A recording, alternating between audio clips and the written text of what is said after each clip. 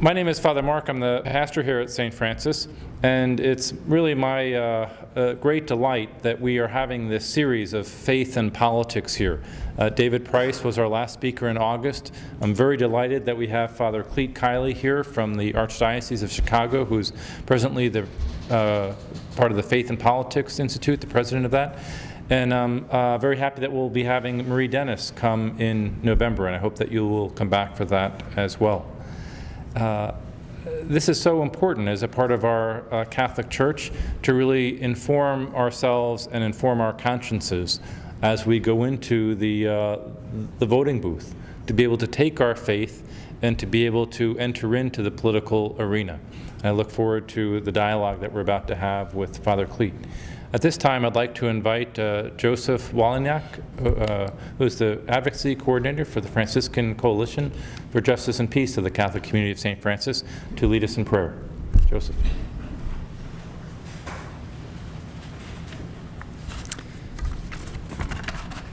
Well, I'd also like to add my thanks for everyone coming out tonight, and a special welcome to our visitors with us. Would you bow your heads in prayer with me?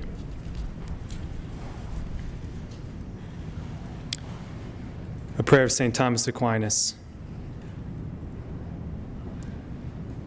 Creator of all things, true source of light and wisdom, lofty origin of all being, graciously let a ray of your brilliance penetrate into the darkness of our understanding, and take from us the double darkness in which we have been born, in obscurity of both sin and ignorance. Give us a sharp sense of understanding, a retentive memory, and the ability to grasp things correctly and fundamentally. Grant us the talent of being exact in our explanations and the ability to express ourselves with thoroughness and charm. Point out the beginning, direct the progress, and help in completion, through Christ our Lord. Amen. I'd now like to welcome up Megan Ners, the director of the Franciscan Coalition, who will introduce our speaker tonight. Thank you. I was over here hoping that I had left my introduction here. Let me add my welcome on behalf of the Franciscan Coalition. Joseph, Kate, and I are delighted to have you with us again, or for the first time tonight, for the second part of this series, Faith, Politics, and the Common Good. Tonight we continue the conversation of how we as believers relate faithfully to those that govern us. To help us engage in that dialogue, we're enormously pleased to welcome Reverend Cleet Kiley from the Faith and Politics Institute in Washington, D.C. Back in June of this year, Father Bill suggested that we explore the possibility of getting Father Cleet to speak as a part of this series. And after diving into his background, I knew for sure that he would be perfect. So despite his very busy schedule, he was gracious enough to find a day and to fly down to Raleigh to be with us tonight. Father Cleet was chosen as the president of the Faith and Politics Institute in June of 2006.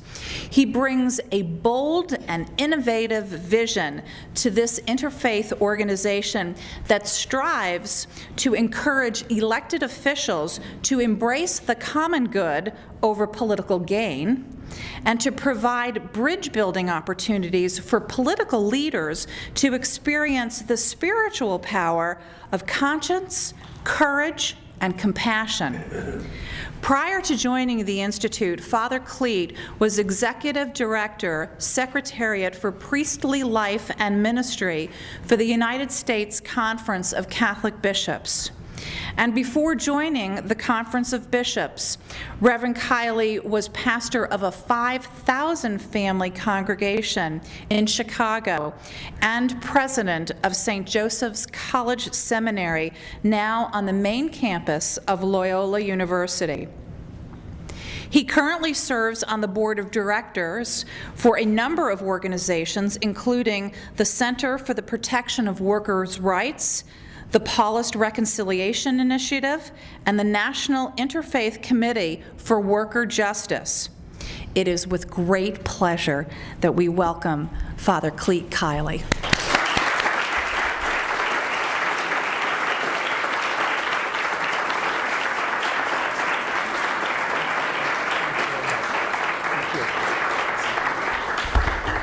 Thank you very much for your warm welcome. I'd also like to acknowledge tonight the presence of a member of our board of directors at the Faith and Politics Institute, Mr. Ken Udy, who just looked shocked when I said that. But Ken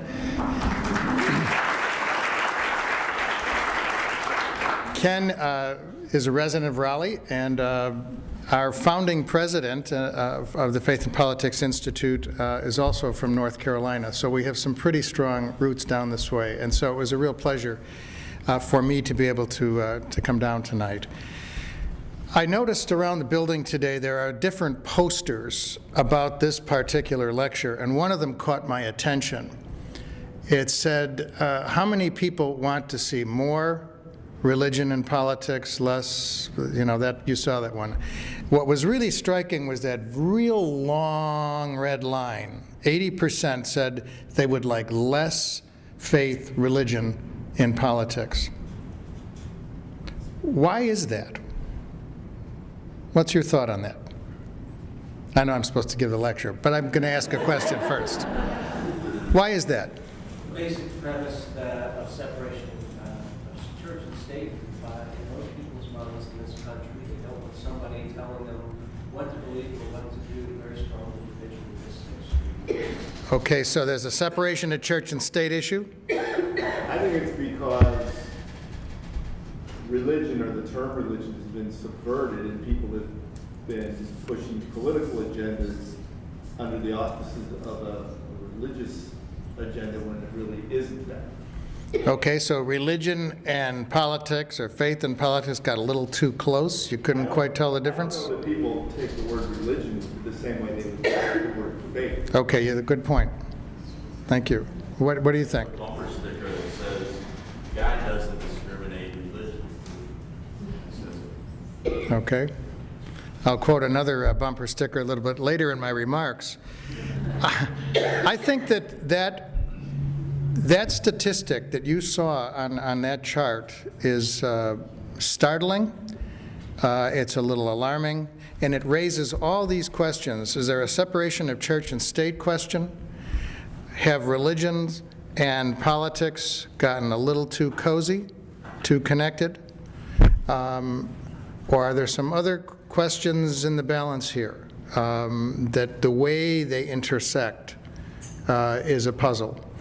And what I'd like to make as the premise of my remarks this evening is that the intersection of faith and politics in our country is unique among other countries in the world.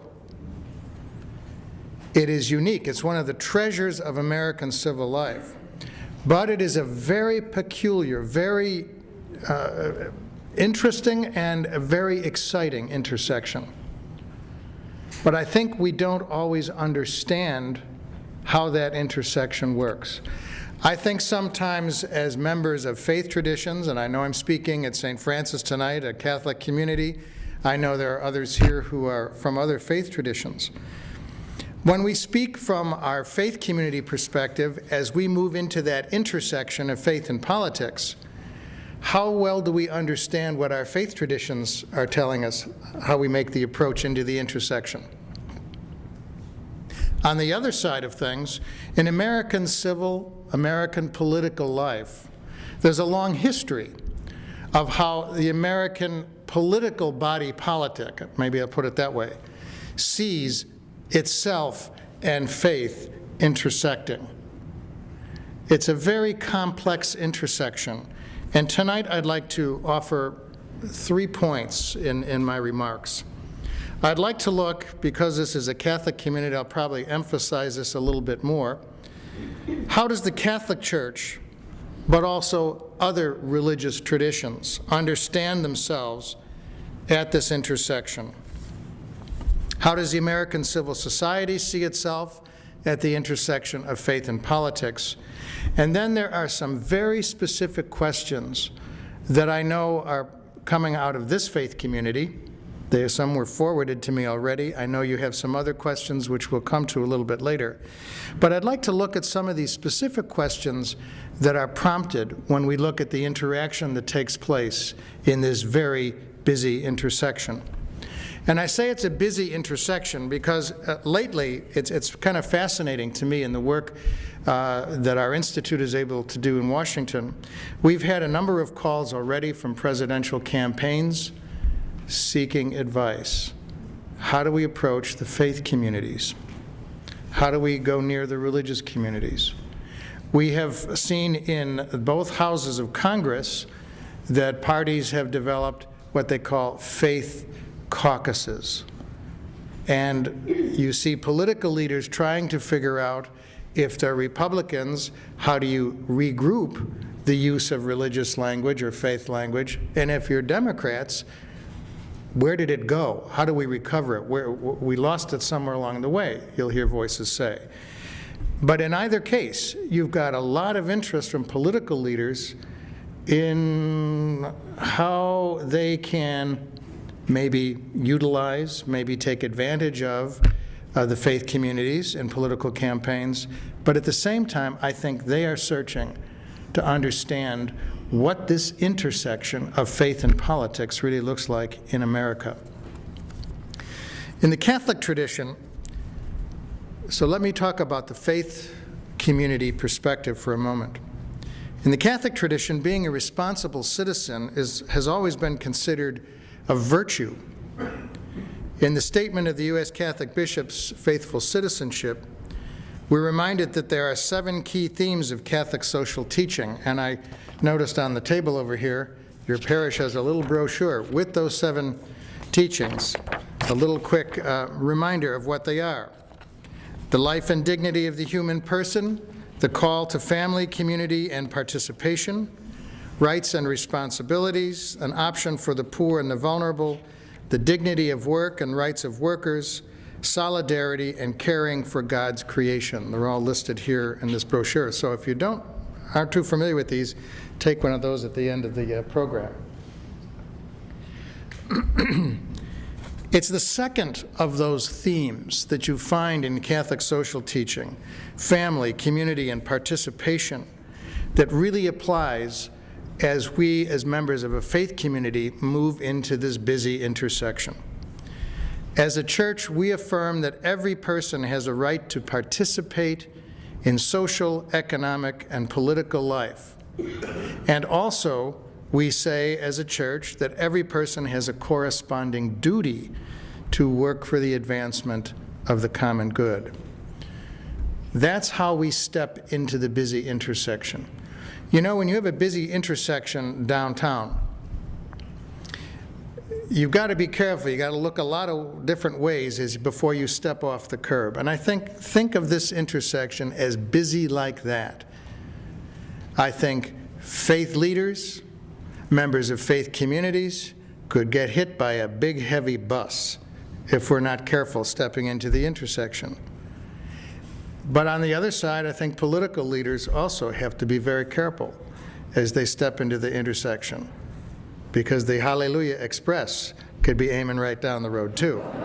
So they've got to be careful as we do that.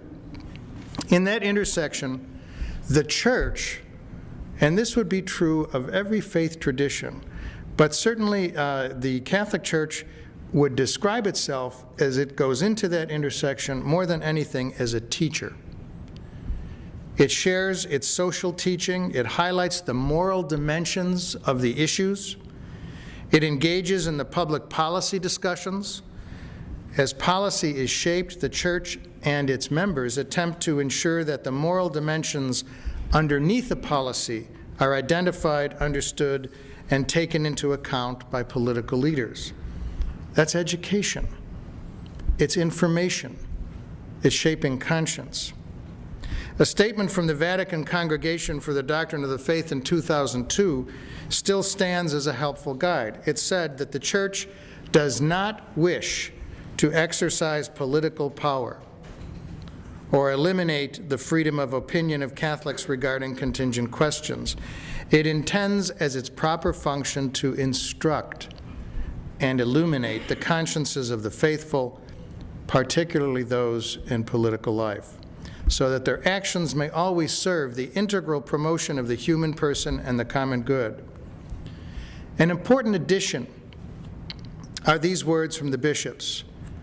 We urge our fellow citizens to see beyond party politics, to analyze campaign rhetoric critically, and to choose their political leaders according to principle, not party affiliation or self-interest. Benedict XVI in Deus Amor Est, God is Love, paragraph 28, I think brings even greater clarity to us about how the faith community enters that busy intersection. He says that the just ordering of the society and the state is a central responsibility of politics. But he cites that great quote from St. Augustine, who said, a state which is not governed according to justice would be just a bunch of thieves. And so the state has its responsibilities, but the faith community has its responsibilities, and that is to inform what is justice.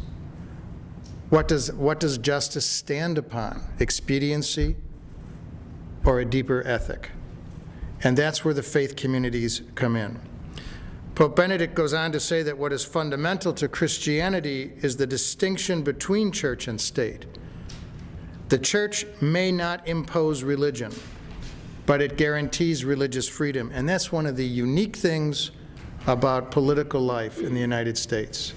We probably have more religious freedom than just about any other country.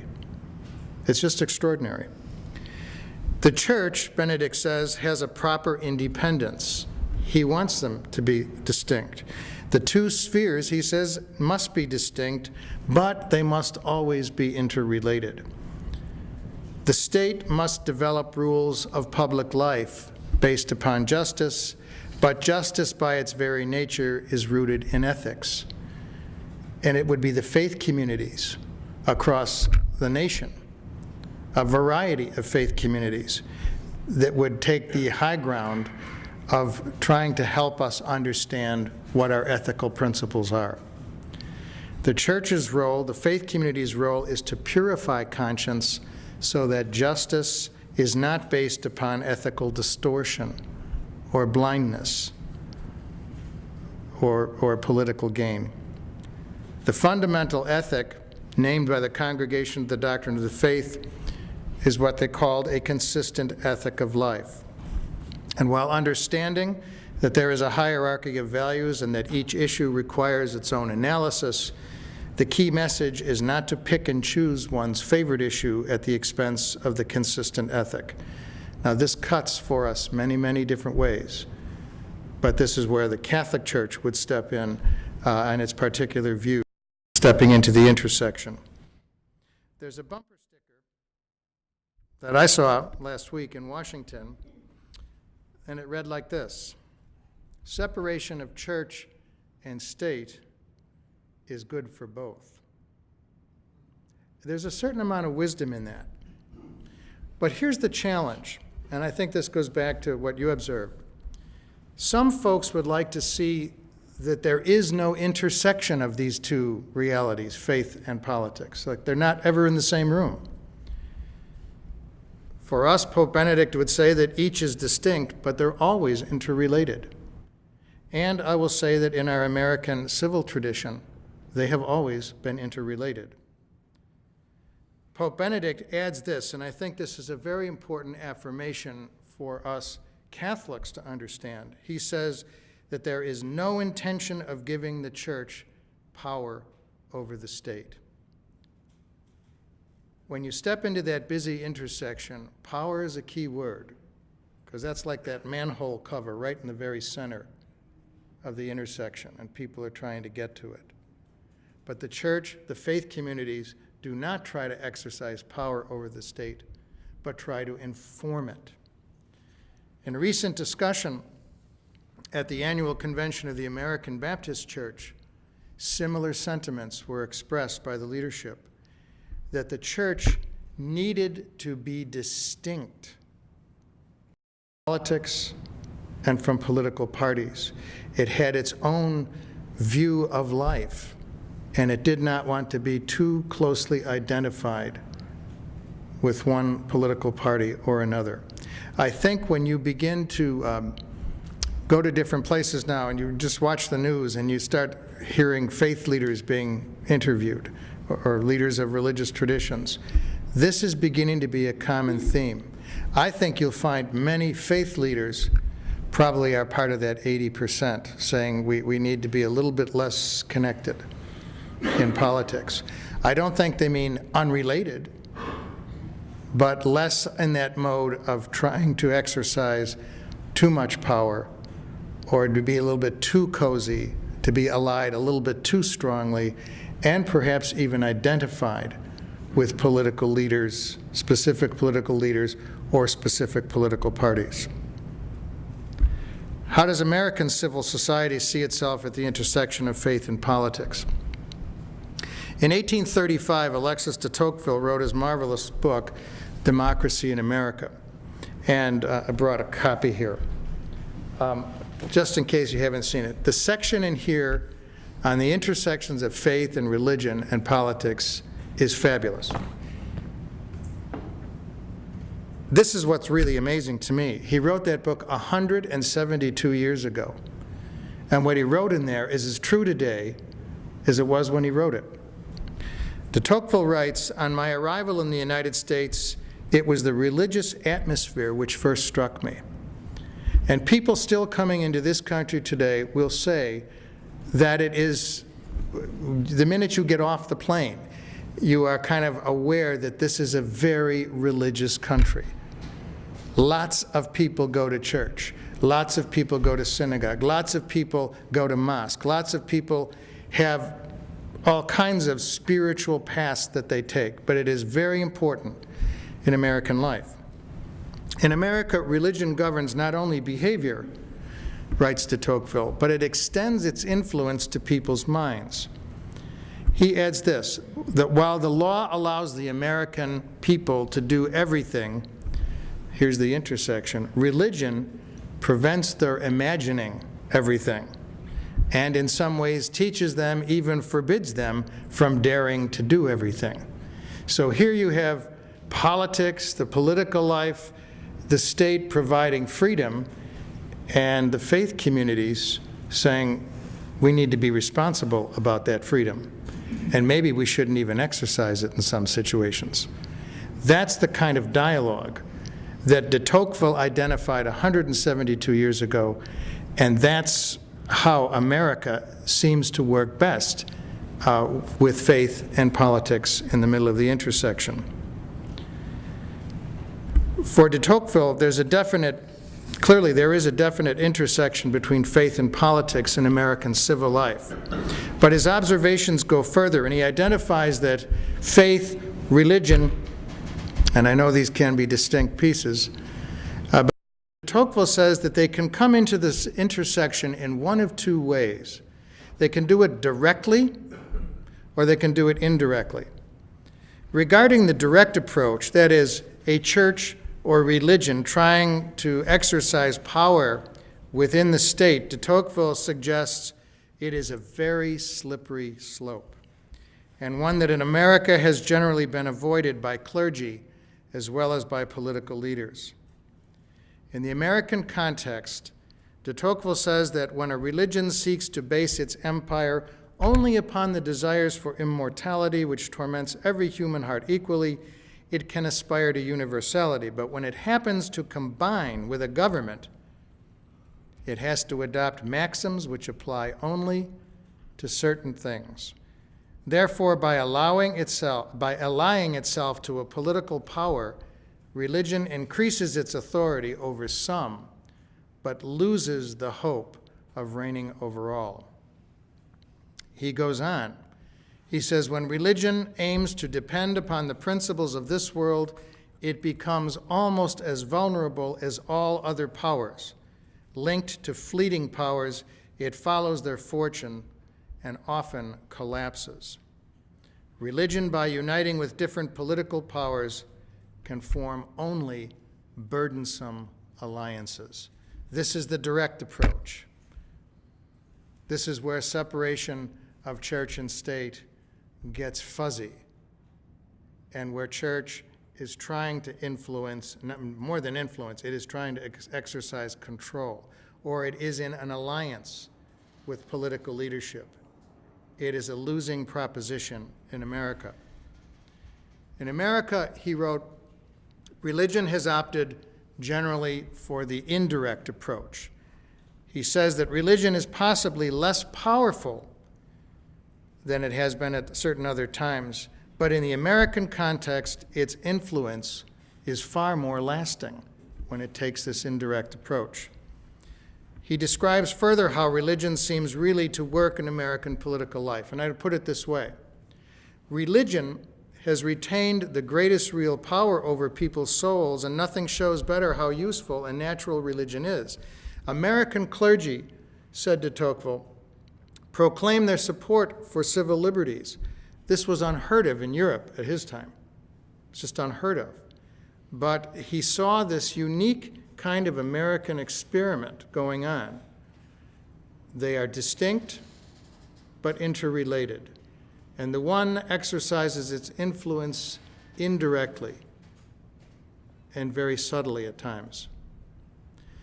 Many commentators since de Tocqueville tell us that faith belongs in that intersection of faith and politics, and it belongs there as a moral teacher, as a guide to behavior and conscience, and as a means of holding all of that in the balance. De Tocqueville, I want to add, also pointed out when he was writing in his book that the Catholic religion in America, and he was struck by this as a French Catholic, he couldn't believe what he found here. He was from a place where church and state were merged into one reality. And he could not believe how he described Americans as the most obedient believers, but also the most independent citizens. And he's praising that. And I think that that begins to capture part of the way people of faith, faith communities, and even faith traditions, religious traditions, you can keep getting more specified as you go through that, maintain independence, but also integrity of their belief. And they bring those into that intersection. And so again, the role of teacher is probably the most important. There are some specific questions that I think emerge when you, if you're a bystander waiting for the red lights and the yellow lights and the green lights to allow you to cross the street at this intersection, and you're watching faith and you're watching politics head toward each other in the middle of that intersection. There are, I think, some questions that almost arise naturally. For example, how do politicians develop a sense of the will of the people, particularly if they look and that people that's kind of coming across the street are like faith folks or church folks or really organized religious folks? How do they weigh that? What does that look like when the will of the people is tied to people's faith? What can and should be done when the will of the people is not recognized or served? That question about the will of the people, I think, is a really difficult concept. It requires tremendous discernment, because one could ask, is it the will of the people? Is it the will of some of the people? Is it the will of the more articulate people? Is it the will of the people who could do the advertising? Is it the will of all the people? Which people? Whose will are we talking about? One congressman told me that he saw his life on Capitol Hill as though he were a television set. This is a true story. He said, my life here in the House of Representatives, this is the image I have of my day. I am a television set, and every 30 minutes, somebody changes the channel, and somebody else has the channel changer. And I just blink every 30 minutes, and it's a whole totally different program, and I've got to speak intelligently.